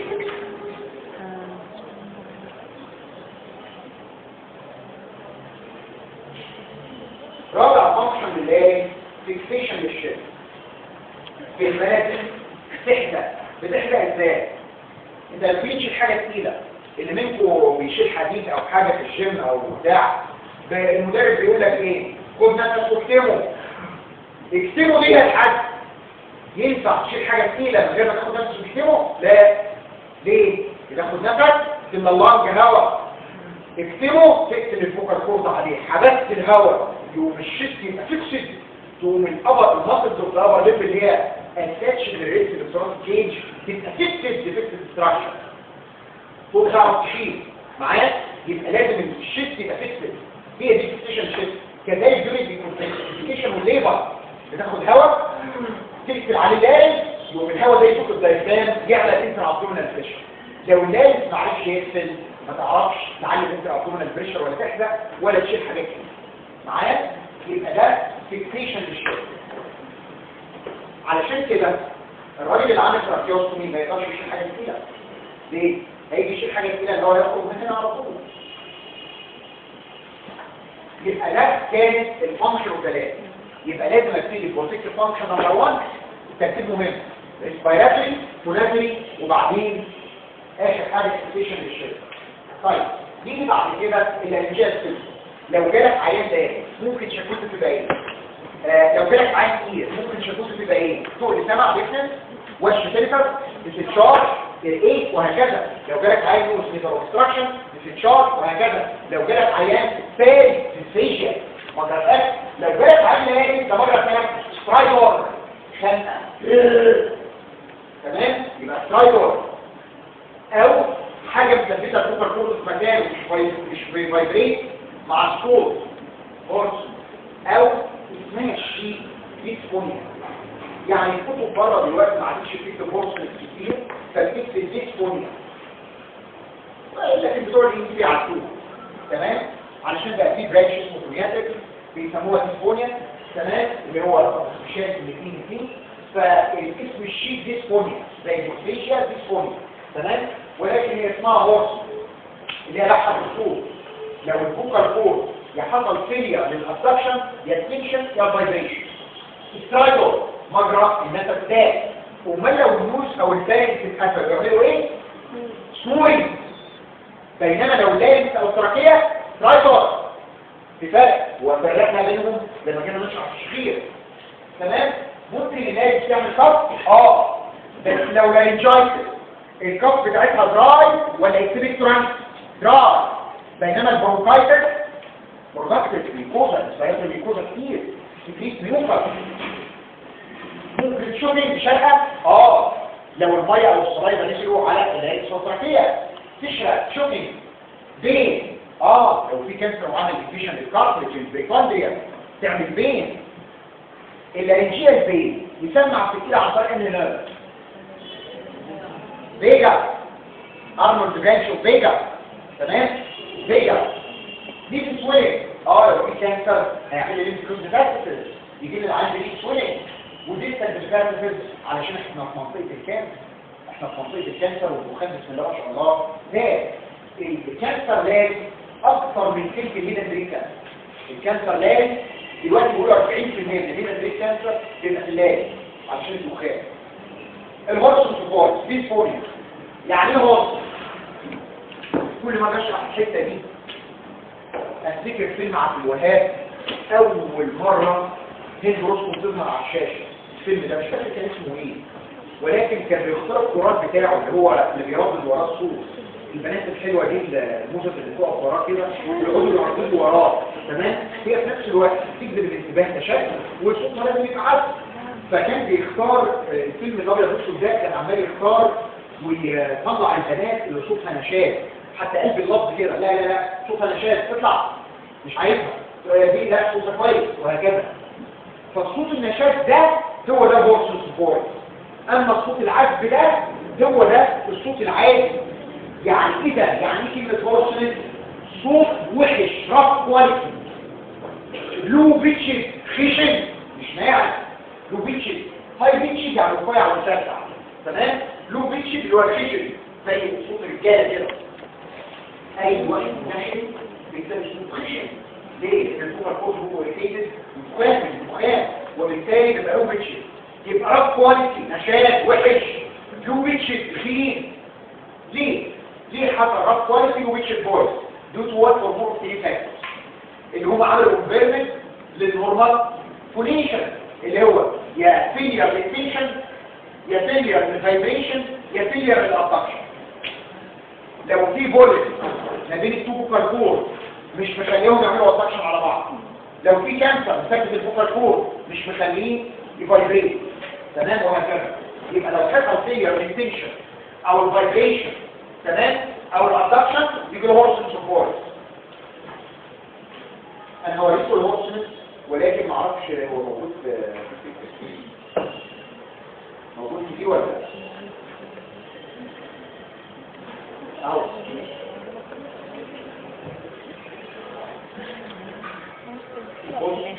صوت تخين في كانسر على فكره. بلاش اوريك واحد تاني.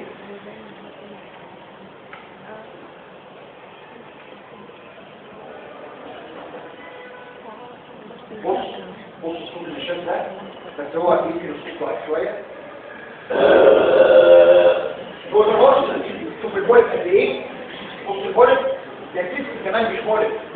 منع الابدكشن بتاع الفوكال كورد عشان كده الصوت مش طالع بايدين بالزعاج طالع نش. بص اسمع اللي جنبيها هيسمعه. بالك هورسون ديسفونيا. طبعا بعد ما تشارك بص بعد ما تشارك اسمع صوت العالم عالم ناعم.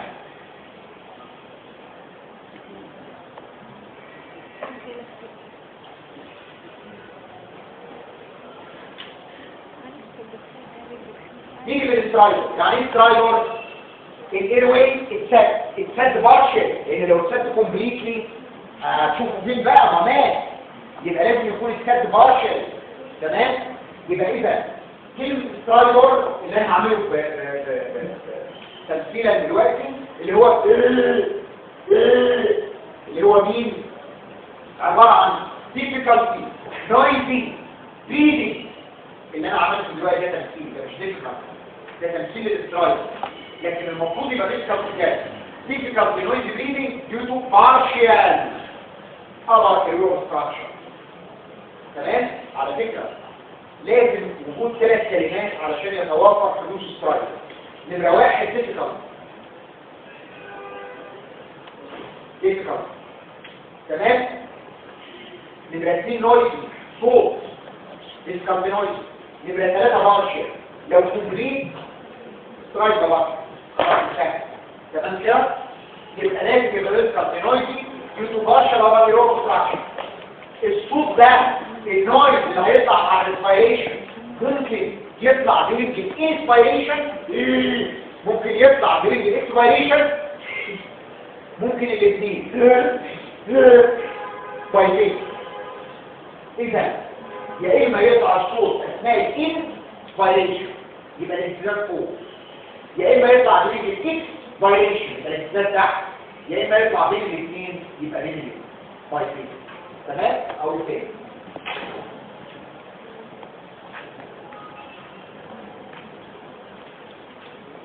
لسه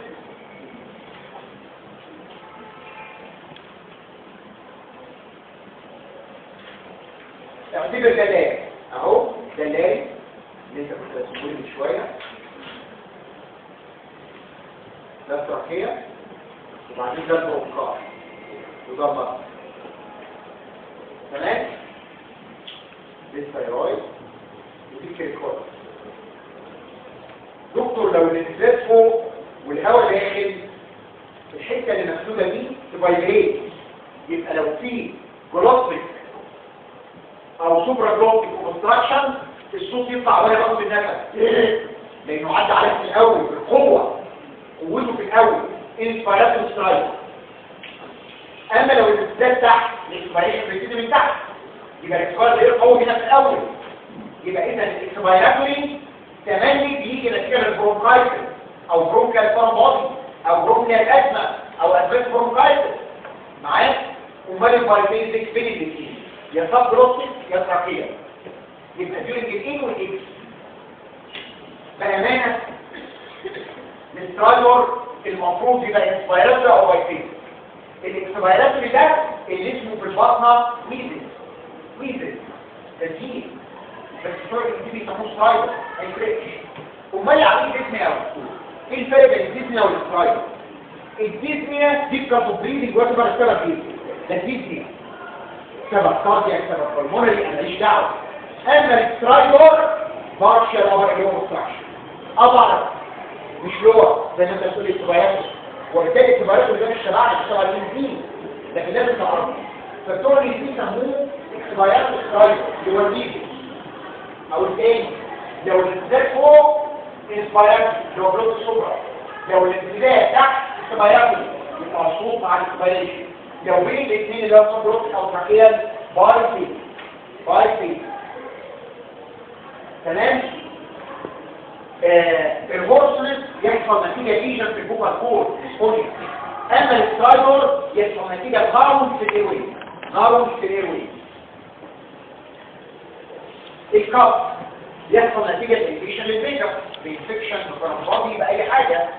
الشوكينج يحصل لما الصغيرة تقع على اللانكس والتراكية، والبيك قلت لك بيرفرق فيه عن طريق ارنولد زي الشوكيجر والنيكس والانفكشن والديستنس بتاعت يا جماعة في حاجة علشان خاطري علشان الناس التعبانين نفسيا الحقيقة من طول الكهرباء معرفش ليه. هل الكانسر لازم يعمل ميتاسيس؟ بكتيريا وفول لازم تتقال الكلمة دي. الكانسر لازم مش كومن يعمل بلاد ستريس خالص. في مناطق في الجسم كومن فيها بلاد ستريس، لكن الكانسر لازم ستريس. انا شفتها، انا مش بتاع كانسر، انا بتاع اطفال، ومع ذلك شفتها مرتين ثلاثة في حياتي ان الكانسر يعمل ميتاسيس. هو ايه؟ ولكن يعمل طبعا فإذا الكانسر في لازم ستريس. تمام؟ الميثود لارنجيال اكزامينيشن هاو تو اكزامين ذا لارنكس، ازاي تكشف على اللارنكس، ازاي تشوف اللارنكس، انا قلت لك الهيستوري بتاعه فورسلس وستايل، وممكن كاب وممكن شوبينج وديستانس انسبيرنج وهكذا. تمام؟ ازاي بقى نمشي في الاكزامينيشن؟ يا اما ادخل مرايه وابص على اللارنكس، بنشوف المرايه والدكتور يبقى ايه دايركت، مش بشوف بعين دايركت، يبقى ايه دايركت. يا اما ادخل منظار هاي فليكسبل بص يبقى فليكسبل، يا اما ادخل منظور حديد مليان عدسات ريجيد، حديد ريجيد. تمام؟ وهكذا. دايركت ده يعني زي العيان بين كلي وتدخل مصروع حديد واسعه وتبص على اللارنكس دايركت. تمام؟ يبقى ده دايركت للانبسط وهكذا. اول حاجه في دايركت للانبسط مرايه، زي المرايه اللي انا بشتغلها ورا النوش سميتها بصوره نص، بس الكيرف بتاعها مختلف عن كيرف اللارنجيال ميرور اللي هي المرايه دي. مرايه بتدخلها الاول في ولاعه في درج المكتب او كبريت، بطلعه واسخن المرايه. العيان بيتبسط منك اول ما تسخنها او يعصبك مش تعقيم ولا حاجه، ده انا بسخنها علشان نفس العيان ما يعرفش مع المرايه. انت لو قدامك مرايه وعملت كده نفسك هيكبش المرايه ما تشوفش كونفرتيشن اوف فيبر، يبقى المؤابول كونفرتيشن اوف فيبر بتدفيها. بعد ما تدفيها شدها على ايدك علشان ما تبقاش سخنه وتدفع على العيان، وبعد ما شدها على ايدك حطها على ايد العيان علشان يطمن انها مش سخنه. تمام؟ وبعدين والعيان قاعد قدامك، تمام؟ تقول له افتح بقك، يفتح بقك، طلع لسانك لبره، تمسكه بشاشه وتصفرت السنان اللي فوق واللي تحت بصوابعك اهو. مسكت اللسان بشاشه، عملت صفرت السنان اللي فوق وتحت بصوابعك. المرايه دافيه مش سخنه، دافيه، حطيتها اجانب الفيديو بتاعي كده، وقلت العيان ده اللسان على فكره، وقلت العيان وسنين على فكره الصوره مقلوبه هنا البروسس ورا، المفروض كان قدام هنا ورا الطن لان المرايه، وعلشان كده سموها ايه؟ اندايركت لان الصوره بتتقلب هنا قدام وهنا ورا. تمام؟ فده لما العين قال ايه الفوق الكورس اتحركت قفلت وفتحت. لما كنت بشوف الكورس والفارس كنت بقول له ترفع عليك كده وتحط بالك لفوق فتقوم بتظهر اما اللارنكس ايه علشان الفوق الكورس يقفله، ايه جاي من تحت، جاي من فوق. تمام؟ يبقى اذا ده الاندايركت لارنجوس. بتبص بتشوف المرايه وبتشوف دريم ريكونيشن قال ايه قفل وهو بيتنفس منطقيا. كان الاندايركت لارنجوس قبل ما بتحط الاندايركت لارنجوس المفروض بصراحه ما بعملهاش لان ده بياخد مني وقت وبتاع وبره وعايزين زحمه، فانا بريح دماغي. المفروض ترشوا بينهم والله زي كده سبري، انا بريح دماغهم ولا بروش بينه ولا بتاع. تمام؟ لكن هو كان المفروض ترش زي الفين سبراي، لو الرايه فاضيه ترش زي الفين سبراي كده وروق العيان بتاعك علشان لما تيجي تدخله المرايه ما تتعبش. تمام؟ فالمفروض زي او الفين سبراي، لانه لو لمست المرايه بالفيديو كده هتلاقي دي بيسموها جاج ريفلكس عن طريق جروس فارنجيال اسيد زي ده. طيب الفليكسبل لارنجوسكوبي ده عباره عن فايبر اوبتيك تيوب مليانه عدسات موجوده في العياده الخارجيه وموجوده عندنا في العمليات في اوضه لوحدها كده عاملينها اللي انتوا حضروا يوم الثلاث اللي فات. بيجمعوا لي شويه اطفال كده يقفوا في طابور واقعد اعمل لهم فليكسبل لارنجوسكوبي واحد. تمام؟ الطفل بيبقى قاعد على الكرسي.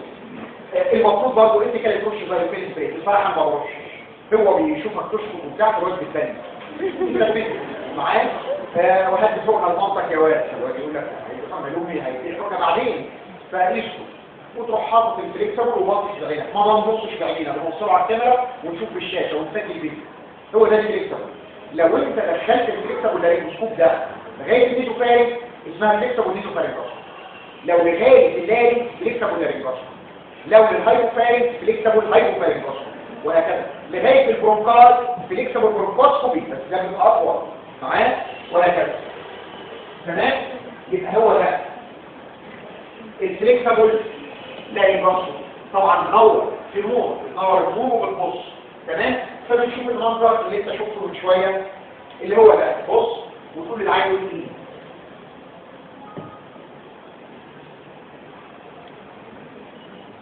اهو بص اهو العين هو بيقول ايه ده البروكس دول الانتينايد ده رايت باك بس المفروض اهو وهو بيقول ايه عمالين يفتحوا ويقفلوا ده التريكسر ولا الريكروس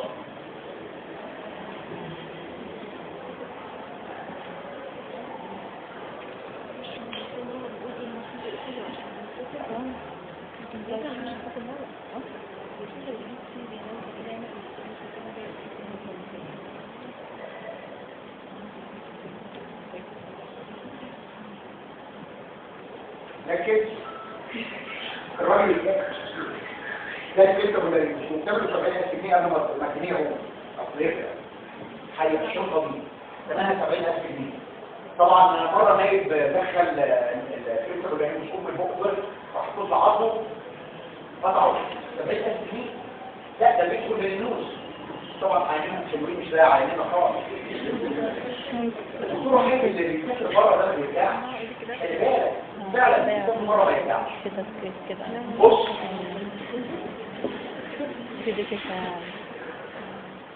كده شوفوا الراجل عنده طبعا بيرش احنا عندنا سبراي هم عندهم سبراي بيحطوها على وشه كده ويحطوه بيبين اليوم طبعا انت لما تبين اليوم ولا بتاع وبيسخنها تشوف الكتب بيقول لها ده يدخل جوه مناخيرك ده بيطلع لفوق وينزل لتحت وانا هبص واعمل تمام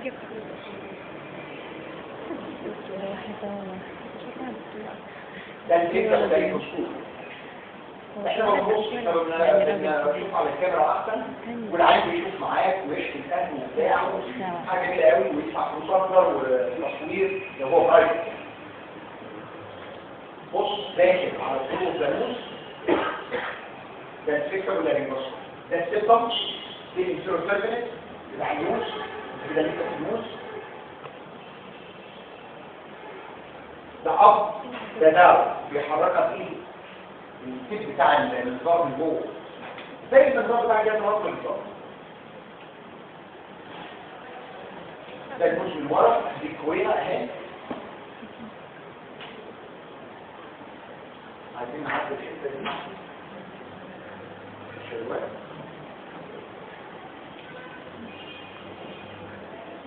كده وصل للبيت القرآن اهي ورا وده التيكو بلايبلوكس تمام هيشوف البوكر فور دلوقتي ده التيكو بلايبلوكس اهو هيدخل اكتر اهو الفرد اهو والبلايبلوكس اهو البوكر فور ده ممكن تاخد الفلوزين اريتينايد ودول بوكر فور بتاع الشيل الاضافي تمام هيقرب اكتر هيبان اكتر اهو بيقرب اهو تمام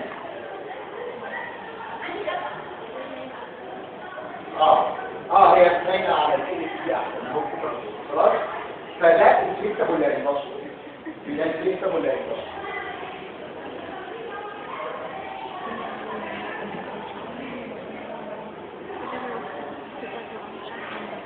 يبقى ده كده يا جماعه الكيسه ولا النص طب يا دكتور لو انا دخلت ماسوره مليانه عدسات وببص من فوق بعيني او بكاميرا من هنا ده اسمه ممكن ريشد ده ريباست عدسة 70 أو 90 فيها هنا 70 وبص على الليل في بتاع النوز بالظبط بتأخر من بتاع النوز هنا أنا بعمل بتاع النوز هي ايه بس عيدها لما صغيرة بتاع النوز هي ايه 70 ضرب معايا فينزل ال 70 ايد ورا الليل معايا ده اسمه ريشد ده ريباست بس مش دايركت الدايركت اللي هيتوصل بقى العين نايم عند جنرال انستيزيا ماسوره حديد مهينه بندخلها جوه العين لغايه الليل على فكره شطتها على قدام تبص على الليل لو شطتها على ورا تبص على الهايبوفان اسمها هايبوفان ماسوره دي شطتها على قدام تبص على الليل الحديده اللي فوق دي والتثبيتات دي تثبيتات الشد علشان بدل ما الحكيمه تفضل ماسكاها في المنظار كده مغطيه لا انا ثبته على صدر العيان في البريتين يعني معايا يعني مجرد تثبيتات يعني بمعنى هنيجي العيان عند جنرال انستيزيا شوف الفيجن تدخل اهي جوه اللارynx والتراكيه وادخل ريش وايت تيوب من بق العيان لغايه اللارynx وببص بعيني خلي بالك وانا على بعض يمينه هو يمين كجراح شماله هو شمالي خلي بالك المرايه كان واقف قاعد قدامي فعكسي بس الصوره مقلوبه قدام ورا قدام اما الدايركت اليمين يمين وشمال شمال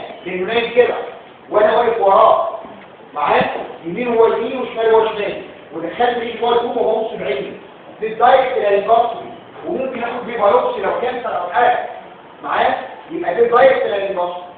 ريجيد وايت تيوب introduced from the mouth to the leg with direct visualization of the leg.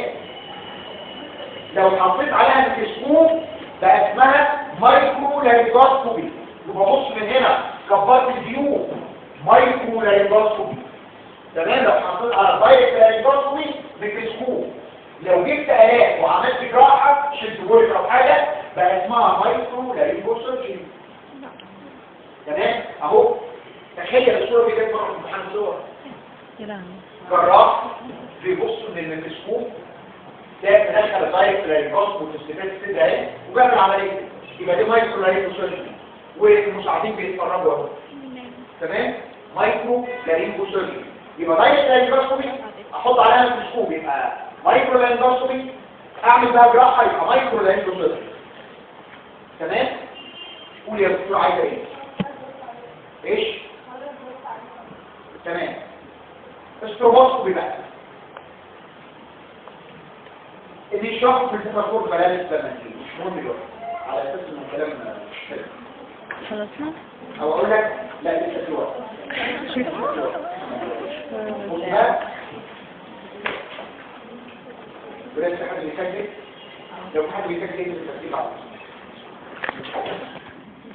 لو حد بيسجل ايه بص بقى الاستروبوسكوبي انت اتعينت تلاقي فات في اذن قد ايه؟ تمام. في اسم 13 وبعدين قالوا لك في عيان تعبان الفك فانت نزلت جاي على اسم 13 الفك. تمام. كنت سايب اوضه النواب بتاع الاسم مفتوحه، فالحكمات عمالين يعدلوا فيها ومن غير ما تعرف، فانت مش واخد بالك ورحت فتح الباب. تمام. لقيت الحكيمه راحت واقفه خبط منها، بس الفستان بتاعها عمال يتحرك، يبقى البنت دي كانت بتتحرك من شويه، البنت دي كانت بترقص.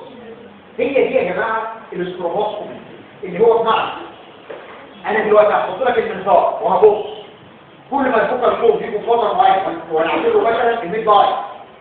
تمام. النور ينور في اي وضع النور طافي، يجوا الميد لاين النور ينور في اي وضع النور طافي، يجوا الميد لاين النور ينور. انت كده لقيت الموفمنت بتاع الفوكال كور. تمام. كأنهم ثابتين في الميد لاين، بس في حاجه هم ثابتين في الميد لاين بس لو بيتحركوا من شويه فالميوكوزا اللي عليهم هتبقى ايه؟ الفستان عمال يتحرك. انت ليه يا دكتور لقيت الموفمنت؟ علشان اشوف الفستان، انا عايز اشوف الفستان الميوكوزا الويل. تمام.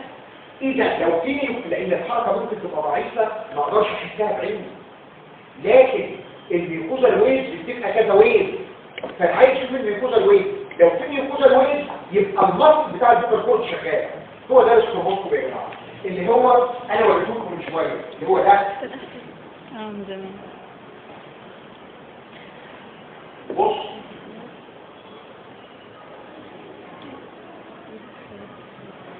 تعطيله هو ده خدت بالك هي الحته دي بقى او الثاني اهو. بص شوف الميوكوزا الويل هما دلوقتي فيكس في اللاين. خدت بالك الفايبريشن بتاع الميوكوزا لو في كانسر مش هيبقى في ميوكوزا الويل اهو.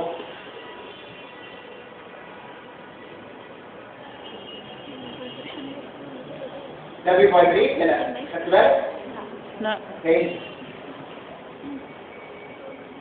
بص ده في كانسر مثبت الميوكوزا في مكانها، ده سليم فده هتلاقي في ميوكوزا الويل ده لا. خدت بالك؟ ايوه. يبقى اذا الاستروبوسكوبي ان انا بعمل انترميتنت فلاش سبلاي تكون سايت مع الفوكال كورد الويل بحيث النور ينور والفوكال كورد في وضع واحد بس، ودي جت من فكره الديسك. تمام.